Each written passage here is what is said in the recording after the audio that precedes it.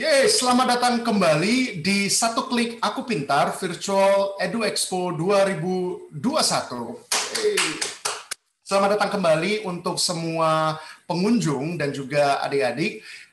Di Expo ini, tidak bosan-bosannya saya mengingatkan bahwa Anda akan mendapatkan banyak sekali informasi, baik dari talk show maupun dari booth dan lounge yang sudah disediakan.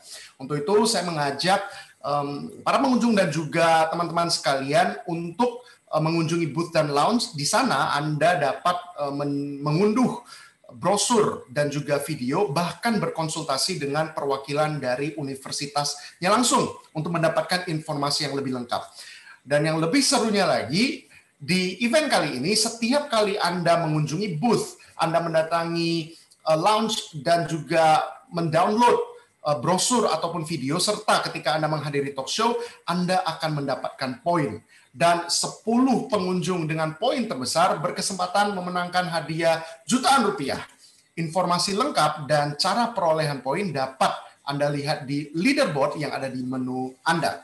Untuk semua peserta talk show, ikuti talk show ini dari awal hingga akhir, karena di akhir talk show nanti akan ada 3 pertanyaan yang dibagikan, dan 3 orang yang beruntung akan mendapatkan hadiah e-money sebesar Rp50.000. Oke, di sesi keempat hari ini kita akan berbicara tentang teknologi masa depan dan kesiapan sumber daya manusia Indonesia. Dan kali ini tim Aku Pintar telah menghadirkan 3 orang narasumber. Ini bukan kaleng-kaleng. This is like the right people on the business on the field. Oke, yang pertama, kita hari ini kedatangan Kepala Lembaga Ilmu Pengetahuan Indonesia, LIPI, yaitu Bapak Dr. Laksana Trihandoko, Master of Science. Yay, welcome Pak Handoko. Selamat siang semuanya. Yes, kemudian yes, selamat siang Pak Handoko. Kemudian yang kedua, tidak asing lagi, ya beliau adalah Koordinator Penanggulangan dan Pemulihan Informasi Infrastruktur e-Bisnis Badan Siber dan Sandi Negara, Bapak Lukmanul Hakim. Selamat datang Bapak, selamat bergabung. Selamat siang. Yes, dan yang terakhir adalah seseorang yang setiap kali pemilihan pilkada saya yakin beliau ini very popular, pakar IT, ya co-founder dari aplikasi Ayo Jaga TPS. Welcome Bapak James Falahudin. Pak James. Oke. Nah, sebelum kita mulai talk show hari ini, mungkin saya ingin berbicara sedikit bahwa saya yakin ya beberapa bulan terakhir, I think the last 10 months, 10 bulan terakhir, bangsa Indonesia dan juga seluruh dunia merasakan ada sebuah pembelajaran yang sangat berharga, di mana COVID-19 ini mengajari hal-hal yang urgent yang bisa direnungkan untuk pembelajaran bersama. Nah, selama masa pandemi ini, saya yakin sebagian besar penduduk Indonesia harus stay at home, berada di rumah, hidup dengan ruang gerak yang sangat terbatas, dan saya rasa semua pihak merasakan kesulitan dalam setiap bidang. Bukan hanya dalam bisnis, tetapi saya yakin di dunia pendidikan, banyak juga anak-anak sekolah yang awalnya, nggak perlu ke sekolah, mereka bisa dari rumah, pada akhirnya sampai ke titik jenuh, mulai juga keluar one problem, satu masalah setelah yang lainnya. Dan di sesi pertama tadi, ya ketika ada Pak Putra Nababan, kemudian ada Pak Yuswo, mereka mengatakan bahwa sebenarnya pandemi ini menjadi akselerator. Ya, kita semua mengejar bonus demografi 2045. Alright, setiap orang, anak-anak terutama yang Gen Z ya lahir di digital native, ya begitu lahir sudah melek dengan dunia digital. Oke, harapannya 2 tahun ke depan semuanya sudah ready, everything is digitalized. Tiba-tiba di pandemi ini semuanya diakselerasi. Yang orang belajarnya pelan-pelan, tiba-tiba di tahun 2020 semuanya dikebut. Boom! Pendidikan harus online, bisnis harus online. Makanan aja bahkan sekarang dikirim secara online. So, it's very, very interesting. Nah, terutama transformasi pendidikan di Indonesia, ini bukanlah hal baru lagi di tahun 2021. Seminar, diskusi, regulasi, tentang transformasi digital ini, ya dari tingkat mulai dari playgroup, anak usia 3 atau 4 tahun yang mulai belajar ABC, ABC lewat internet, sampai kepada perguruan tinggi, semuanya sekarang sudah menggunakan teknologi cyber ini. So, this is very interesting, dan saya yakin ini sepertinya diskusi pertama, paling tidak buat saya pribadi di awal tahun ini. Yang pertama ingin saya tanyakan, mungkin langsung saya tembak ke Bapak Handoko. Ya, silakan, Mas. Dari transformasi digital di lingkungan pendidikan saat ini. Mohon maaf, tadi terputus pertanyaannya. Bisa diulangi? Bagaimana update dari transformasi digital di lingkungan pendidikan saat ini?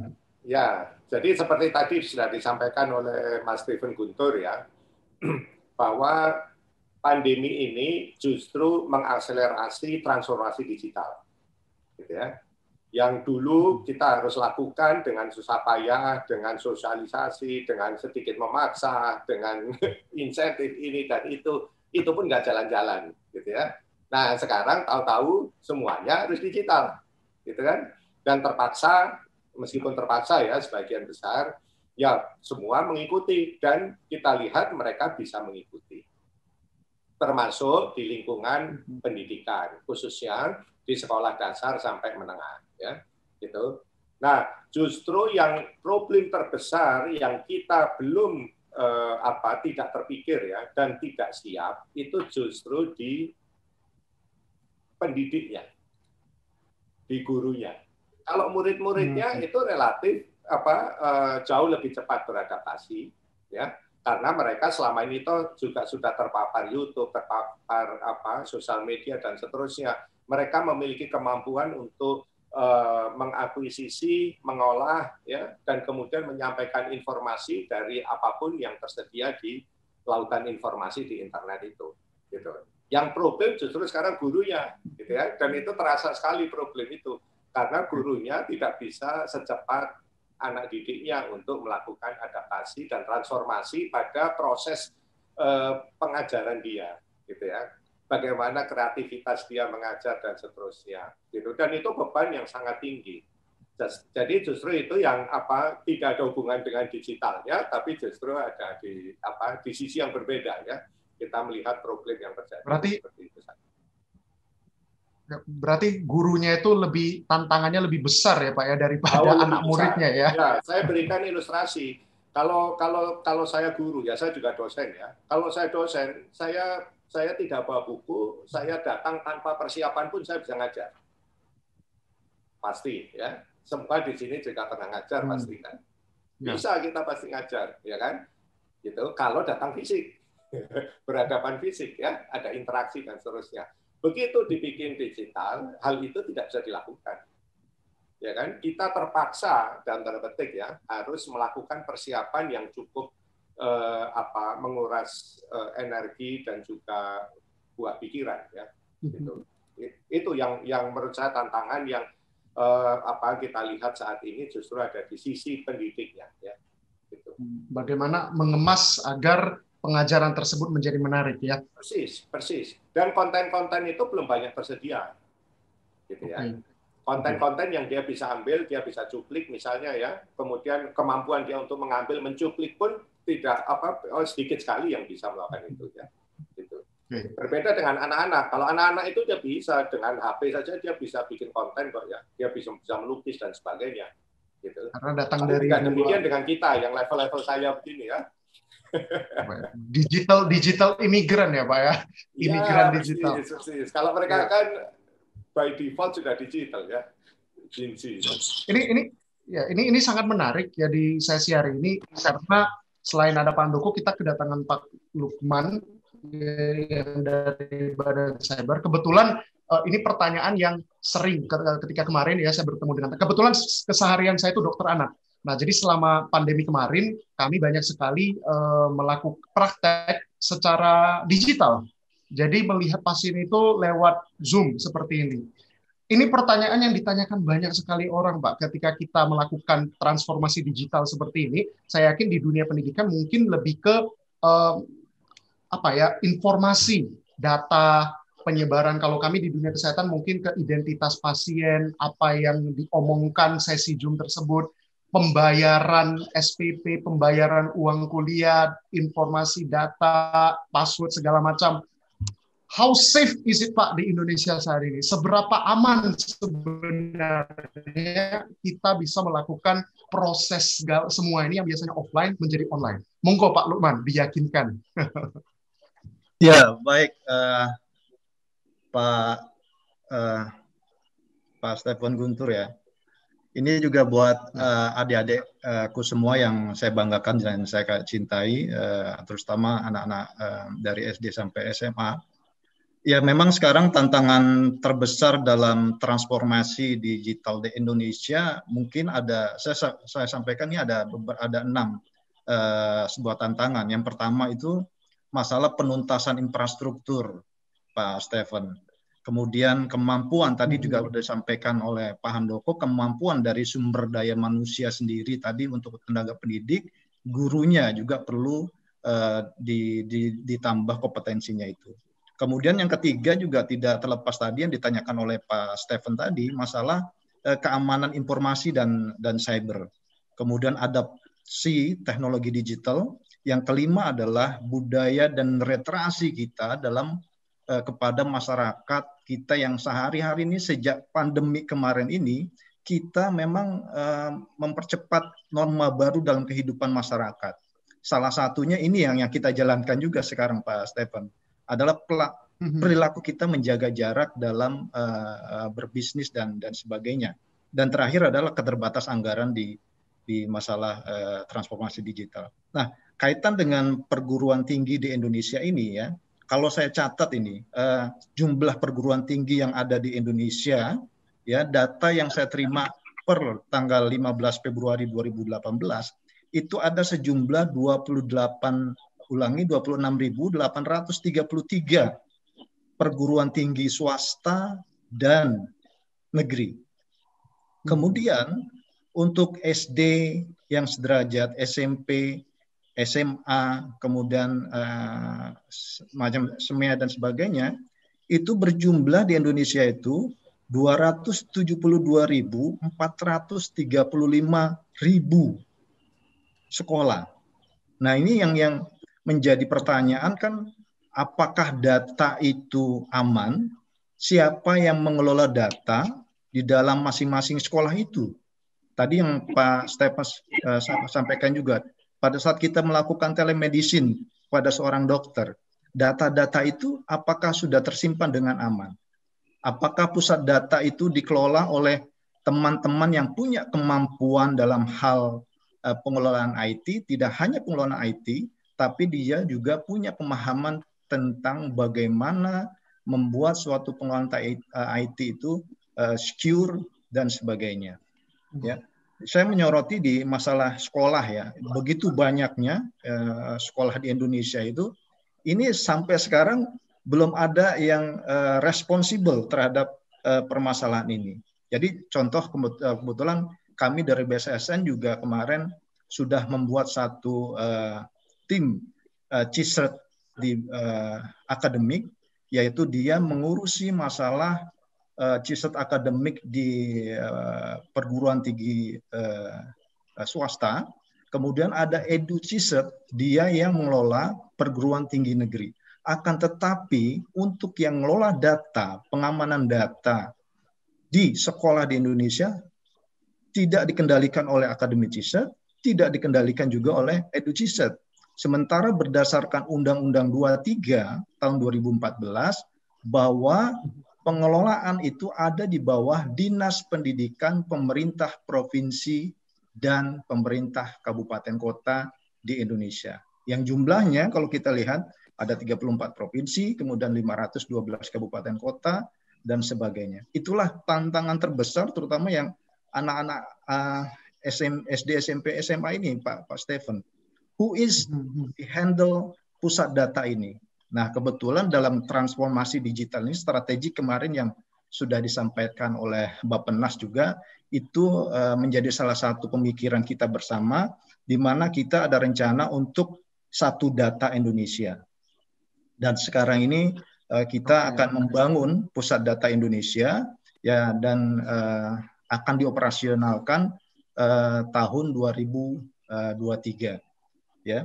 Barangkali itu Pak Stephen tentang kondisi kita saat ini yang sangat memperhatikan.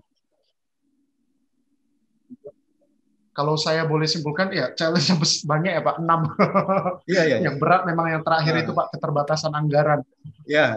Oke, coba kalau misalnya saya boleh simpulkan sedikit ya, mungkin nggak menyimpulkan, tapi saya jadi membayangkan tantangan yang besar ini, balik lagi seperti tadi kata Pak Handoko ya, kita ini kan dari generasi digital immigrant yang belajar menggunakan digital. Sementara saya yakin adik-adik generasi Z misalnya, mereka memang terlahir udah digital native. Kayak kemarin saya kasih handphone, begitu dipegang, mereka nggak pencet lagi, udah swipe saja. Sementara handphone saya nggak bisa di swipe, masih yang tekan-tekan biasa. Jadi dari sana kelihatan. Nah, yang saya takutkan suatu hari di sekolah ini, ketika guru buat soal ujian, malah anak didiknya jauh lebih advance, menghack soalnya jadi bocor duluan. Betul. Atau misalnya ketika ada penelitian belum rampung, disimpan di cyber, kemudian penelitiannya dicuri oleh peneliti lain yang lebih muda mungkin, yang lebih melek terhadap dunia digital. Nah, kita ada Mas James di sini, pakar IT. So I'm very interested, pengen tahu tanggapan dari Pak James sendiri. Selain yang tadi ya curi menyuri informasi, ada lagi nggak sih challenge yang harus sebenarnya kita pikirkan ketika kita masuk ke dalam transformasi digital ini? Silakan Pak James. Baik, Mas Stephen. Kalau saya sih melihatnya gini kan, kita setahun terakhir ini tadi seperti sudah disampaikan, kita ini dipaksa gitu ya, dipaksa untuk berpindah dari lifestyle yang asalnya ya, atau cara kerja yang asalnya manual menjadi fully digital, fully elektronik gitu ya.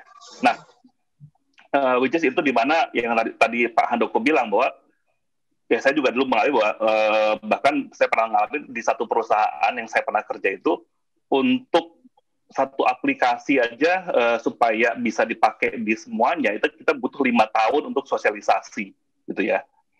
Nah ini tiba-tiba awal tahun kemarin gitu ya, COVID ngehit Februari, Maret kita udah harus fully Zoom semuanya gitu ya. Nah, memang yang challenge terbesar kalau menurut saya, terutama dari sisi cara kita bekerja ya, kan biasanya kalau misalnya kita manual, tatap muka gitu, itu misalnya fungsi controlling, fungsi delegasi, fungsi manajemen itu berjalan secara manual dan istilahnya kan itu semua bisa tatap muka langsung. Nah begitu sekarang semuanya elektronik, nah ini banyak istilahnya institusi atau juga baik sekolahan atau perusahaan yang gamang, ini gimana caranya mereka memastikan bahwa kegiatan mereka tetap bisa berlangsung efektif dengan personil yang tersebar di mana-mana gitu ya. Nah ini juga menurut saya challenge yang paling besar gitu ya, karena tadi kebetulan juga istri saya juga bekerja di salah satu perusahaan telekomunikasi gitu ya. Ya itu challenge gitu ya, memastikan bahwa timnya itu ya salah saat misalnya kan kita sih benar-benar hampir selalu dengan Zoom kan, bener nggak sih saat kita misalnya meeting di Zoom itu mereka bisa memahami dengan clear apa yang sedang disampaikan. Implikasinya adalah gini, yang saya lihat dari setahun ini di beberapa kita ini mengalami kayak digital fatigue gitu, kelelahan digital gitu ya. Karena dari pagi, siang, sore kita Zoom aja kerjaan gitu ya. Sementara kan dengan Zoom kayak gini nih, misalnya kan belum ada problem network misalnya kan, begitu kayak tadi misalnya ada problem network, ada ucapan yang nggak sampai dengan baik, itu harus diulang lagi untuk memastikan bahwa lawan kita bicara itu mendapatkan informasi yang tepat. Itu perlu effort lebih dibanding kita tatap muka langsung gitu ya. Jadi itu pertama. Terus kedua juga ada kecenderungan gitu dengan kita mendadak work from home ini gitu ya. itu jam kerja malah jadi lebih panjang dibanding kita ngantor. Betul. Ini yang setahun ini saya perhatikan gitu ya. Jadi apa ya karena ya saya juga, teman saya tuh misalnya dia ada mulai Zoom tiap jam 7:30 malam, bayangin itu udah mulai Zoom 7:30 malam, weekend Zoom gitu ya. Ya jadi malah justru nah ini nanti makanya terutama menurut saya salah satu challenge terbesar adalah gimana kita memaintain memastikan work style kita untuk lebih bisa efektif dengan model remote seperti ini gitu kan. Itu sih menurut saya Pak Steven yang tambahan dari saya. Oke, thank you Pak James. Ya dari jawaban Pak James saya jadi kepikiran ini. Apakah ada penelitian ya, kebetulan kita ada kepala LIPI di sini yang sudah meneliti tentang transformasi digital ini Pak. Apalagi selama pandemi ini saya yakin orang nggak bisa keluar, seharusnya jumlah penelitian itu makin naik karena orang bakal meneliti terus selama 10 bulan terakhir. Ada nggak Pak kira-kira hasil penelitian yang di masa pandemi ini tentang ya transformasi pengumpulan data ini Pak Handoko? Ya, jadi kalau boleh saya sampaikan, LIPI itu kan satu-satunya lembaga litbang riset pemerintah yang mencakup semua ilmu ya, termasuk ilmu sosial. Tidak ada lembaga lain, lembaga riset pemerintah yang dari ilmu sosialnya. Nah, selama pandemi ini memang untuk teman-teman ilmu sosial kami itu tantangannya luar biasa. Karena kan mereka itu metodologinya adalah kalaupun mau mencari data primer ya harus melakukan survei langsung ya, melakukan ke lapangan atau in-depth interview dan seterusnya ya.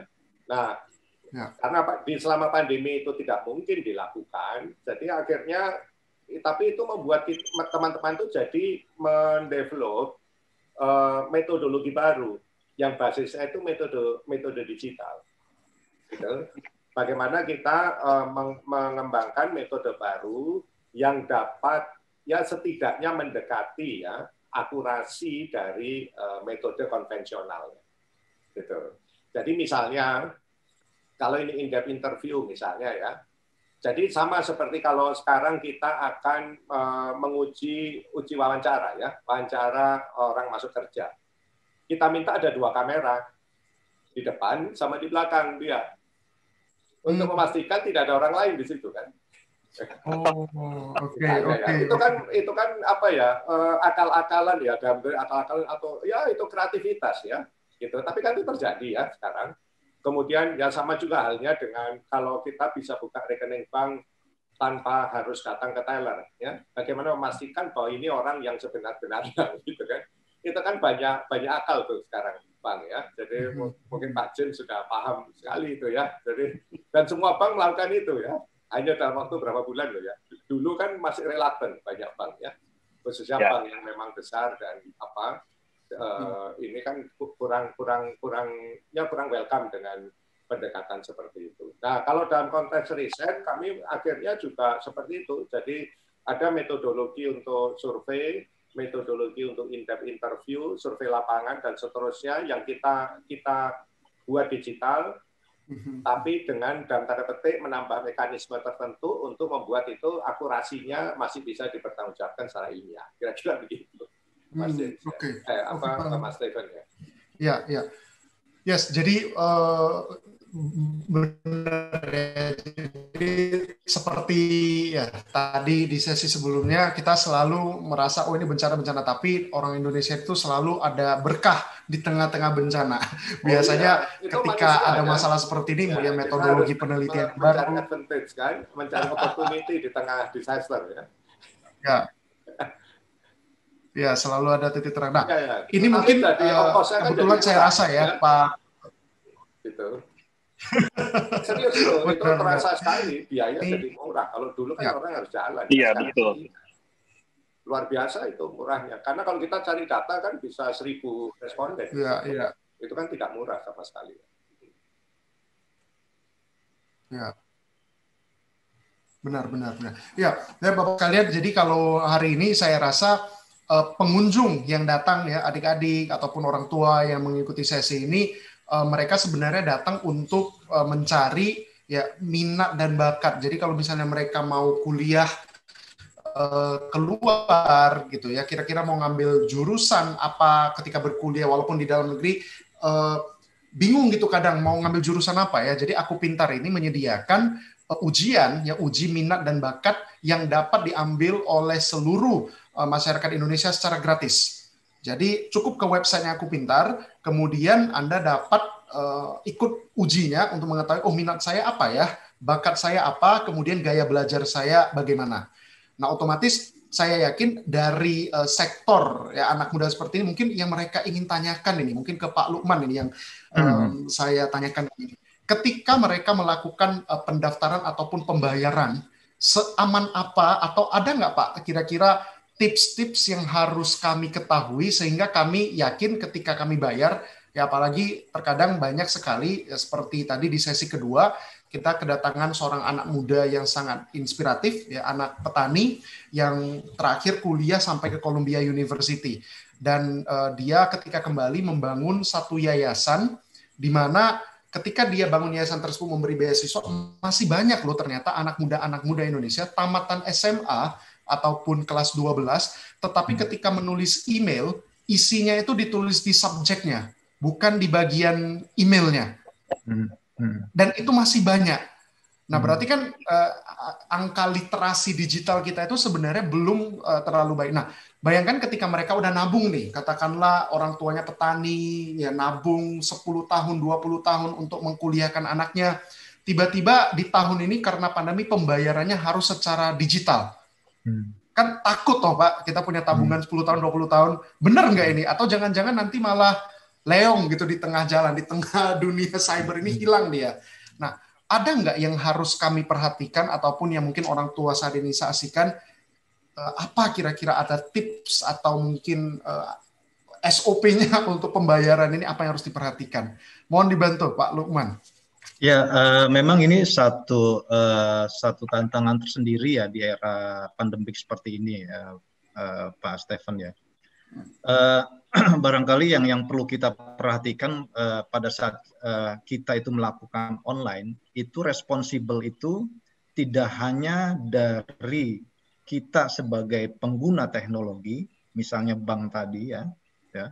Kemudian yang menjadi responsibel juga adalah dari pihak, taruhlah kita bicara bank gitu ya. Bank itu sendiri juga harus punya satu kriteria bagaimana bisa mengamankan satu aliran data kepada konsumen itu sendiri. Sebagai contoh barangkali ya. Kalau kita sebagai konsumen, kita harus meyakinkan terlebih dulu ini Pak Stephen Guntur. Apakah website yang kita gunakan itu sudah secure? Gampangnya ada HTTPS gitu ya. P-nya HTTPS itu secure. Nah, pada saat kita masuk itu kan ada biasanya akan ada pertanyaan 2 sampai double security di dalamnya. Misalnya tidak hanya sebatas password, username dan password ya. Kemudian ada konfirmasi lagi. Nah, yang kebanyakan terjadi yang BSSN amati yang kebanyakan terjadi kebocoran itu adalah kekurang sadaran masyarakat kita itu dalam hal ini Pak. Kan biasanya kita mempunyai email. Kemudian ada sistem phishing yang dilakukan oleh para hacker-hacker ini untuk memasukkan link yang sama gitu ya. Nah itu kita harus sebagai konsumen kita harus bisa melihat Pak Handoko.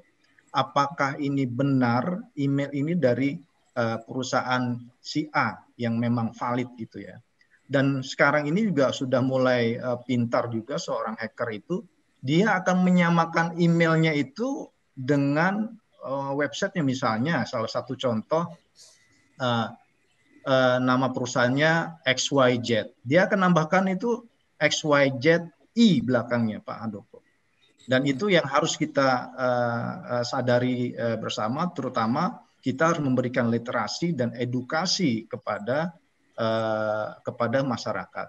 Dan satu hal lagi ini yang tahun lalu juga terjadi juga, sebuah perusahaan, saya tidak perlu menyebutkan perusahaannya, perusahaan besar Pak Stephen, dia itu dikirimkan email dari luar itu karena memang batas waktu untuk pengiriman pengiriman batas pembayaran tinggal 2 hari lagi, dia kirim email phishing itu.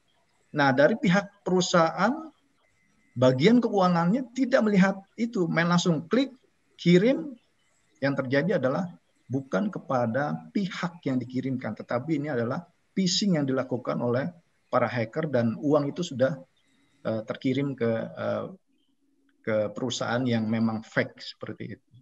Jadi memang antara kita sebagai pengguna, kemudian dari pemerintah sebagai pembuat kebijakan memang harus banyak melakukan literasi. Dan literasi ini tidak hanya dilakukan oleh Badan Siber dan Sandi Negara. Kita perlu kolaborasi dan kerjasama, Pak Stephen Guntur ini, terutama dari kalangan tidak hanya universitas, tapi kalangan anak-anak didik kita itu mulai dari SMA, SMP, dan sekolah dasar. Dan BSSN di tahun sekarang juga sedang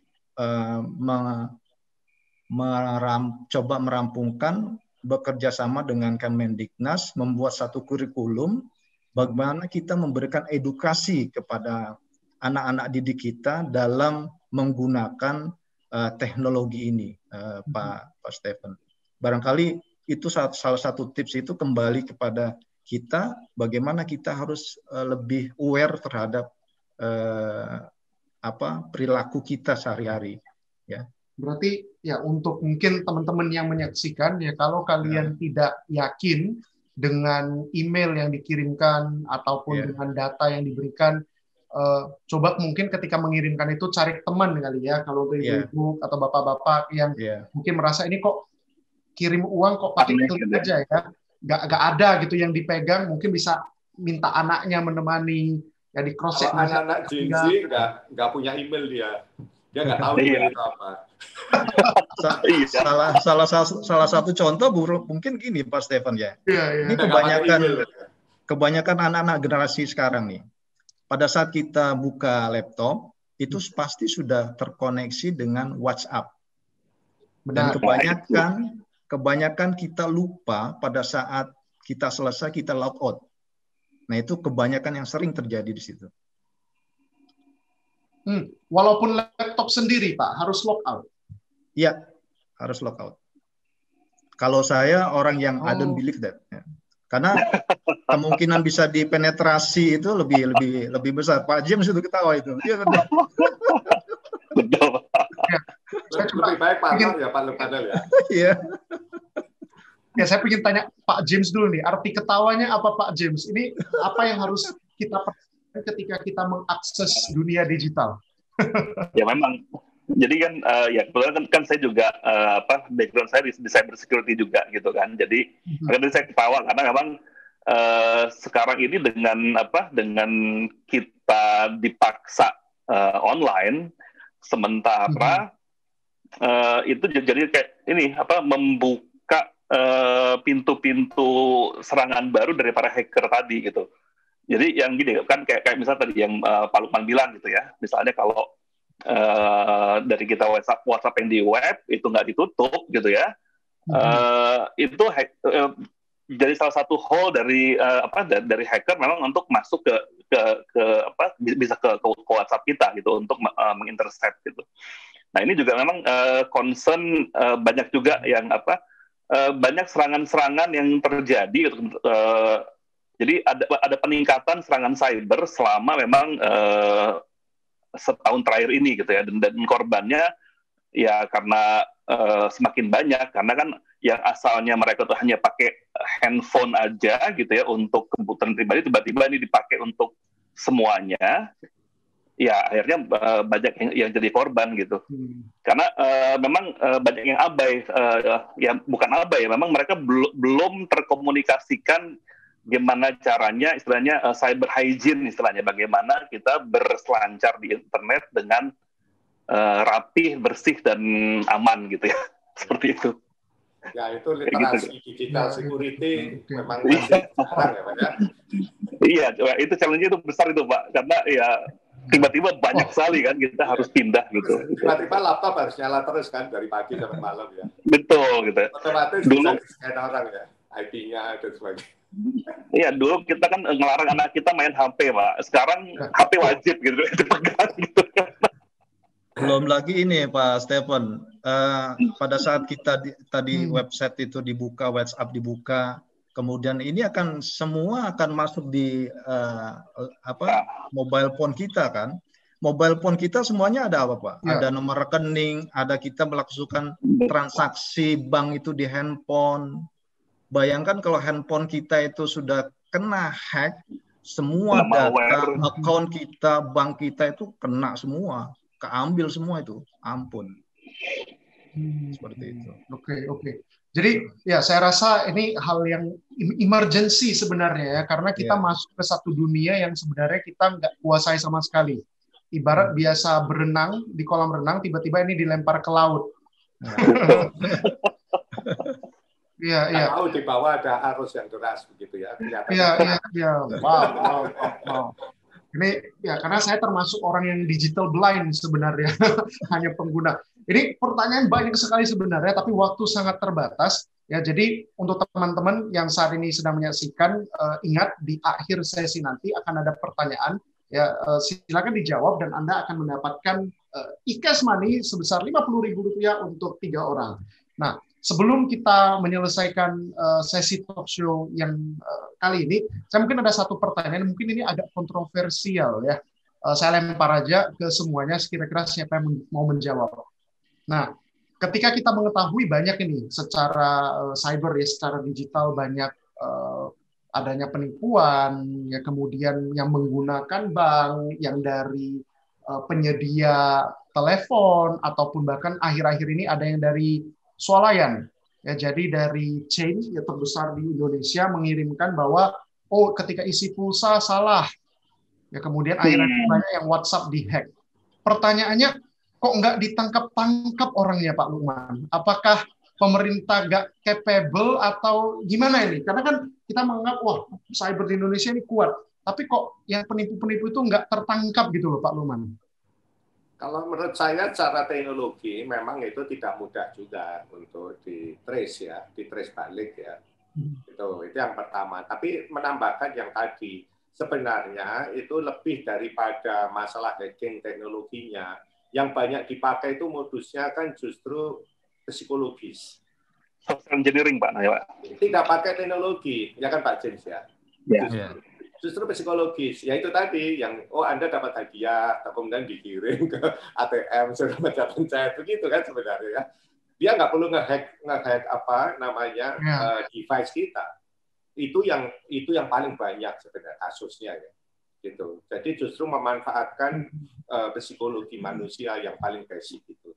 Gitu. Jadi makanya ini literasi apa ini tadi digital security apa tadi namanya hygiene apa itu ya cyber hygiene Mbak. Oh ya cyber hygiene itu ya itu bagus sekali istilahnya.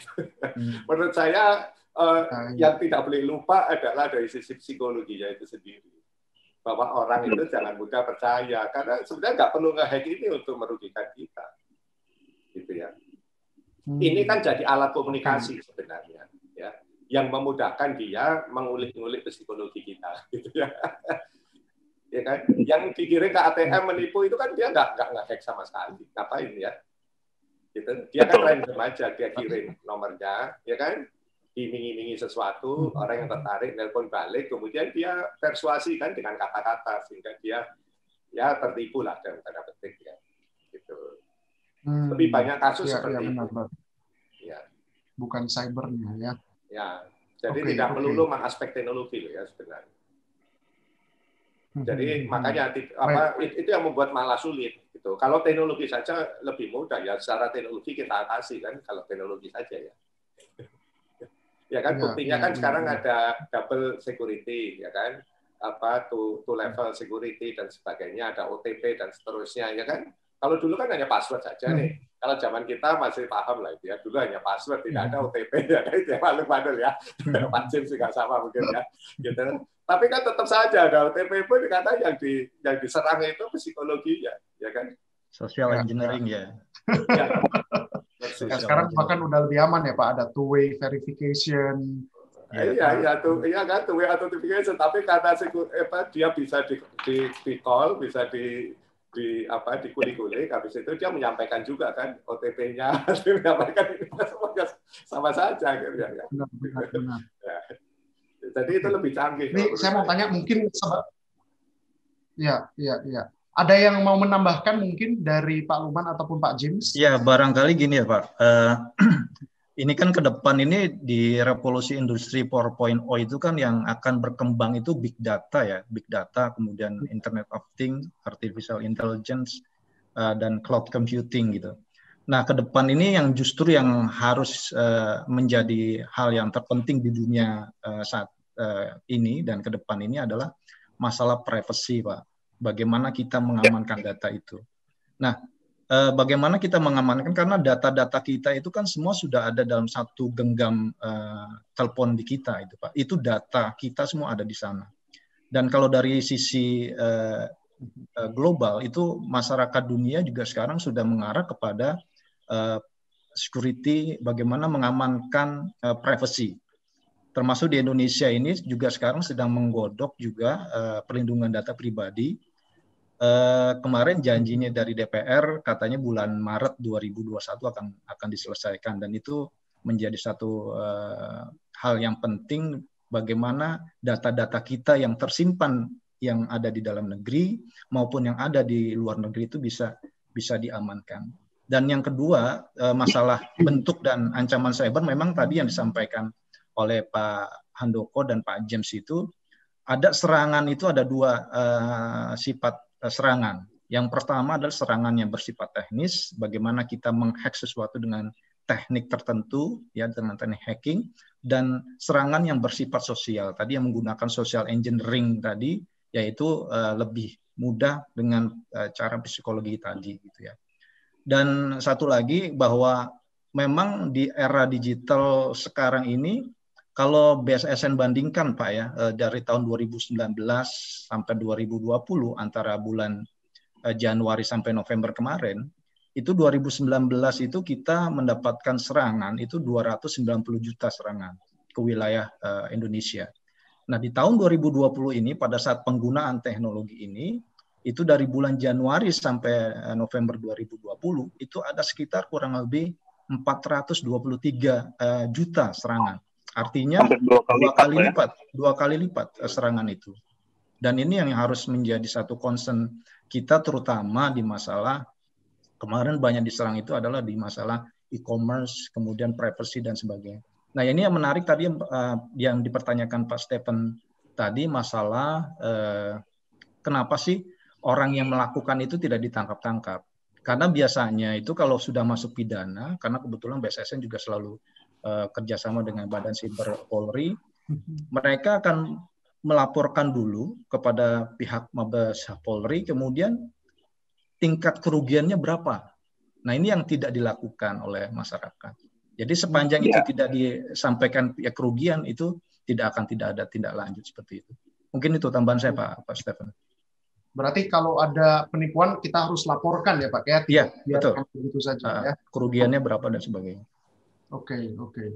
Baik, ini menarik. Cuman kita punya waktu tinggal 5 menit lagi. Mungkin saya akan tanyakan yang terakhir ya, satu pesan untuk para pengunjung ataupun orang tua dan juga teman-teman adik-adik kita yang saat ini sedang menonton talk show ini. Ya, saya rasa kisarannya mungkin 17 sampai 25 tahun, ya sedang mencari jati diri, mencari kira-kira mau lanjut kuliah kemana, masa depannya ini mau bagaimana, tiba-tiba masuk ke dalam dunia transformasi digital yang dipercepat ini, Pak. Nah, kira-kira kalau misalnya saya minta satu pesan kepada mereka, 1-2 menit, kira-kira apa yang dapat Bapak-Bapak sekalian pesankan kepada mereka agar kedepannya mereka menjadi lebih sigap mungkin ya, lebih cakap dan juga lebih berhati-hati ketika masuk ke dalam dunia yang mungkin mereka tidak kuasai atau tidak familiar sebelumnya. Siapa yang memulai dulu? Mungkin Pak James? Mungkin kalau dari saya gitu ya. Kebetulan kan saya juga ngajar mata kuliah keamanan informasi di salah satu politeknik. Itu ya mahasiswa saya semester 3, semester 4 gitu ya. Ini yang bolak-balik saya sampaikan juga bahwa di dunia yang cyber sekarang ini gitu ya, maksudnya semua kita tuh hidup sudah di digital. Biasanya kita hidup tuh di gadget gitu ya. Nah, tadi seperti Pak Lukman bilang, itu kita yang harus menjaga privacy diri kita sendiri. Gitu ya. Jadi kita yang harus menjaga supaya hal-hal yang memang itu tidak layak atau tidak sepatutnya kita share di internet atau melalui digital device itu jangan dilakukan, gitu ya. Seperti apa? Seperti ya foto pribadi lah atau apa yang seperti itu. Gitu. Jadi karena sekali katakanlah misalnya kan sekarang nih dengan TikTok ya, mungkin kalau lihat TikTok kan isinya kan, aduh saya kadang suka agak sedih juga gitu ya. Anak-anak muda gitu ya, dia mengekspos bagian tubuhnya gitu ya ke pemirsa yang jutaan gitu. Nah, masa itu kan sekali sudah dipublish di internet, itu akan ada di internet sampai kapanpun. Nah, nanti repotnya nanti begitu mereka dewasa, bekerja segala macam, lalu yang katakanlah calon pemberi kerja ini melakukan background checking gitu ya, ketemu dengan konten-konten yang dulu mereka pernah publish yang dianggap mungkin nanti tidak sesuai dengan value yang tepat kerjanya, ya itu akan jadi masalah. Karena sekarang ini misalnya kan pemberi kerja itu kan pasti akan mengecek sosial medianya si pemberi kerja. Nah itu jadi terutama ya tadi gitu lebih berhati-hati dalam istilahnya men-share konten-konten atau juga misalnya foto, video gitu ya, atau juga kata-kata yang kalau itu memang tidak perlu disampaikan secara publik ya jangan. Terus yang kedua, mungkin pesan saya ke anak-anak sekarang ini adalah tolong belajar kembali berbahasa Indonesia dengan baik gitu ya. Nah ini yang masalahnya karena kita berkomunikasi yang secara digital itu kan kita hampir semua informal.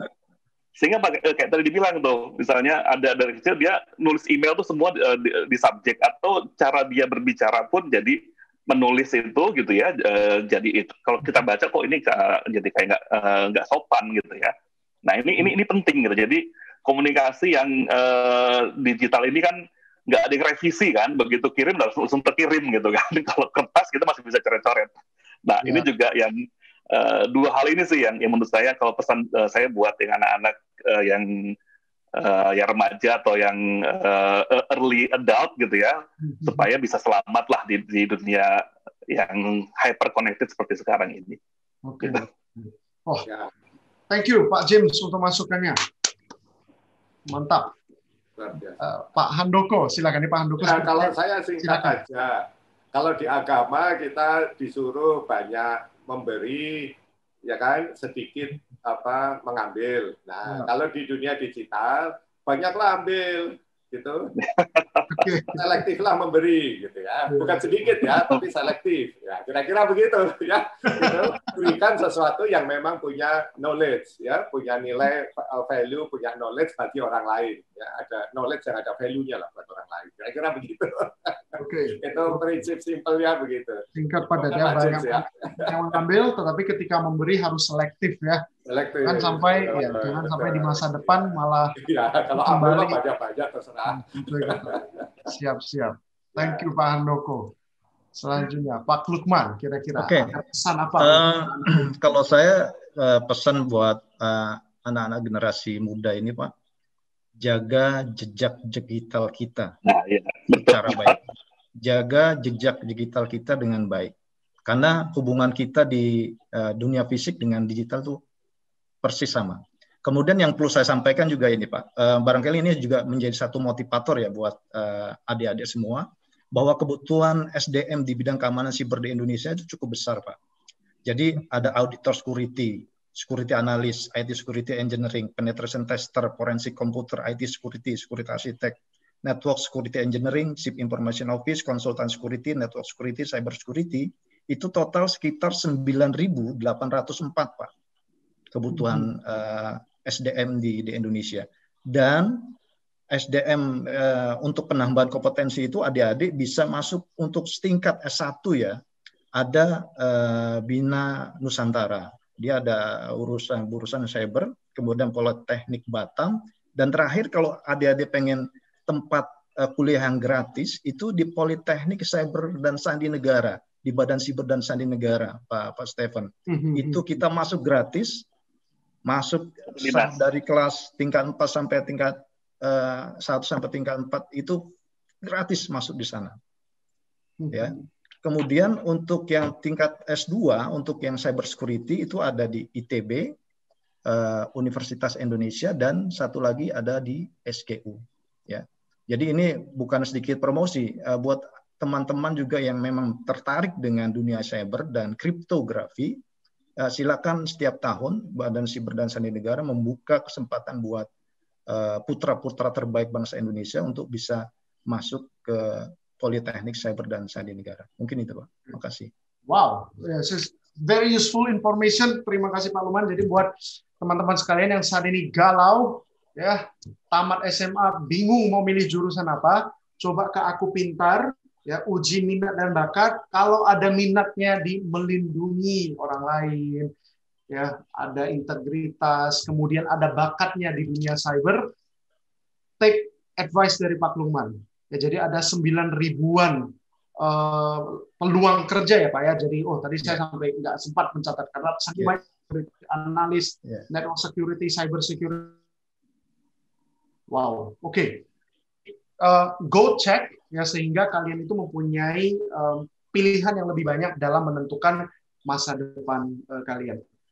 Terima kasih sekali lagi untuk semua narasumber, ya, expert-expert yang sudah membagikan banyak sekali, I think bukan hanya ilmu ya, tetapi juga insight dan mindset bagaimana seharusnya kita berperilaku di dunia cyber. Ya, selalu hati-hati dengan apa yang kalian post, karena bisa jadi di usia 17 apa yang kamu kirimkan keluar akan kembali lagi menghantui diri kalian di usia 30 nanti. Ya, ada yang namanya di dunia kerja background checking ya Pak James ya. Setiap kali kita apply pekerjaan, yes, biasanya perusahaan kita akan melakukan background checking, dan juga tadi Pak Luman mengatakan hati-hati dengan jejak digital, jaga jejak digital Anda. Ya, kalau tadi dari Pak Handoko, ya, ingat di dunia digital ini ya banyak mengambil, tetapi harus sangat selektif memberikan ke dunia ini. Sekali lagi terima kasih banyak untuk Bapak-bapak sekalian, sehat selalu ya di masa pandemi ini yang saya rasa belum selesai juga. Oke, stay healthy, stay safe ya. Dan untuk para pengunjung dan juga adik-adik sekalian, jangan beranjak dulu karena di akhir talk show ini akan ada pertanyaan yang diberikan oleh panitia dari Aku Pintar. Sekali lagi terima kasih banyak. Jangan kemana-mana, kita akan kembali di sesi berikutnya tentang guru pintar memahami psikologi siswa. Oke, sampai jumpa. Terima kasih.